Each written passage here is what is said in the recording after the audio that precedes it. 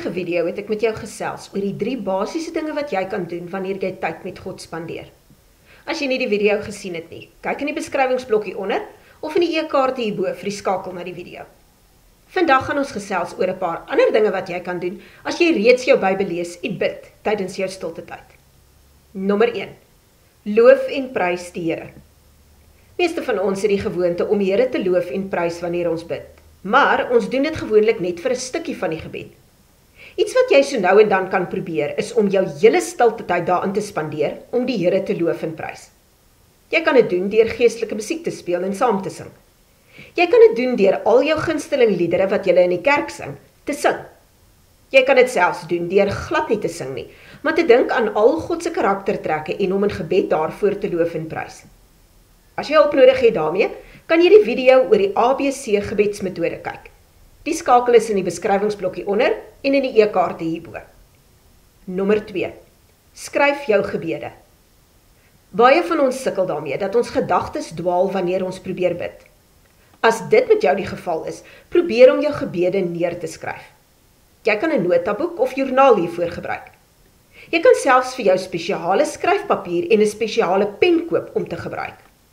Mense wat hierdie idee al probeer het genoem dat hulle gedagtes nie meer dwaal nie en dat hulle verhouding met die Here meer intiem raak. Nommer 3. Skryf 'n brief vir God. Nog 'n skryfidee wat jy kan probeer, is om so elke nou en dan 'n brief vir God oor jou lewe te skryf. Skryf oor 'n gebied in jou lewe waarmee jy sukkel. Skryf vir die Here hoe jy graag in daardie gebied sal wil groei. Jy kan ook vir hom skryf watter een van sy karaktereienskappe jy graag beter wil leer ken in jou lewe. Lees soms weer deur hierdie briewe en maak notas van hoe dinge intussen verander het. Onthou ook om die Here dankie te sê vir daardie veranderinge.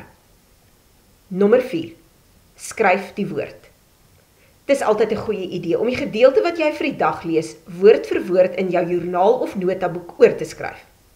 Dit help jou om minder gejaag deur die gedeelte te lees. Dit help jou ook om beter te onthou wat jy gelees het. En dit help jou om dinge in die teks raak te sien wat dalk andersins by jou sou verbygaan. As jy nie die hele gedeelte wil skryf nie, kan jy net die verse skryf wat vir jou uitstaan. En as daar 'n vers is waar jy jou naam kan invoeg om dit meer persoonlik te maak, doen dit dan.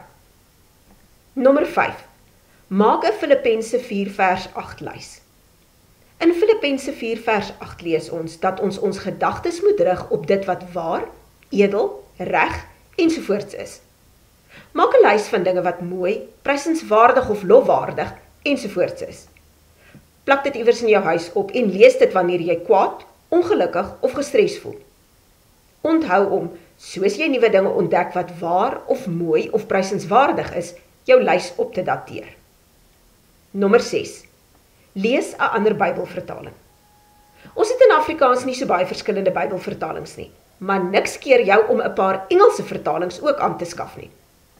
Soms lees 'n mens 'n bekende vers in 'n ander vertaling en skielik verstaan jy iets nuuts omtrent die vers.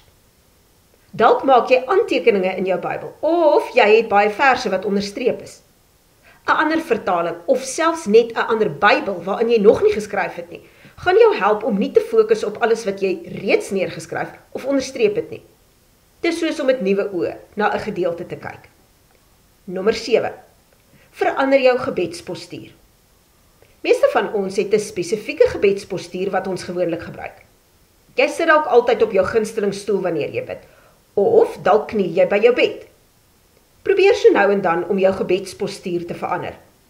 Dis verbasend hoe 'n mens God op 'n ander manier ervaar, deur net die manier waarop jy sit of kniel of staan wanneer jy bid, te verander. Nommer 8. Maak 'n lys van vrae.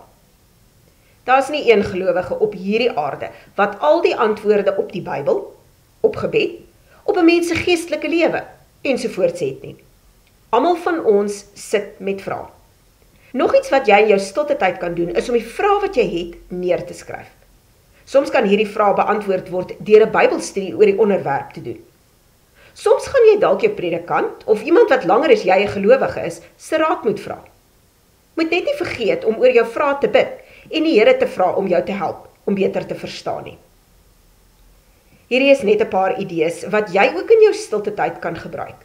Daar is sommer nog baie ander dinge wat jy ook kan probeer. Ek stel voor jy maak 'n lys van dinge wat jy graag wil probeer, soos jy nuwe idees raakloop. Ek stel ook voor jy deel hierdie idees met iemand anders, sodat hulle ook nuwe dinge kan probeer. En moenie vergeet om hierdie video 'n thumbs up hieronder te gee en in te teken op ons kanaal vir meer boodskappe en wenke nie. Baie seën vir jou en mag die idees waaroor ons gesels het jou tyd met God verryk en jou help om 'n meer intieme verhouding met hom te bou.